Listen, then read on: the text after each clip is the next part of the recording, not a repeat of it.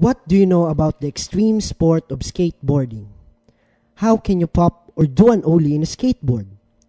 What are the benefits of skateboarding to young people who do this kind of sport? Join me in my short presentation as I take you to the world of extreme sport of skateboarding and answer this question one by one. Skateboarding was first started in 1950s when all across California surfers got the idea of trying to surf the streets. No one really knows who made the first board. Instead, it seems that several people came up with similar ideas at the same time. Several people have claimed to have invented the skateboard first, but nothing can be proved, and skateboarding remains a strange spontaneous creation.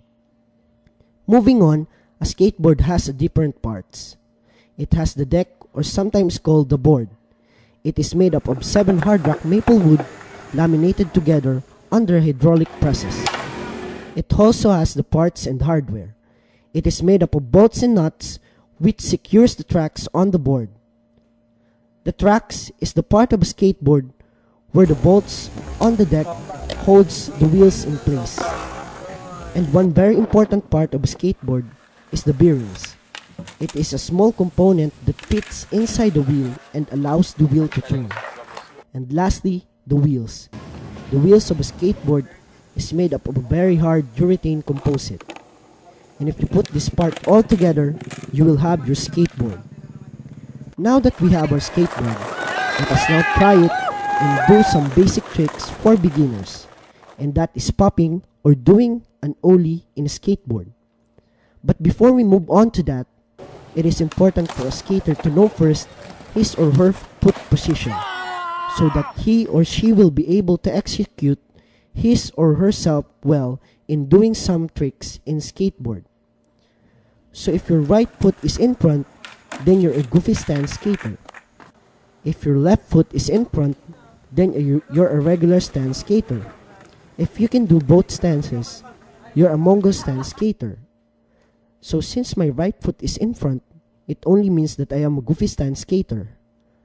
So to do an ollie, first you have to kick down on your back foot, so just snap the tail down, and as your board comes up with you, you slide your front foot forward in a rolling motion that will bring it level to your feet. You're in the air and your knees are bent, and you land it all for real.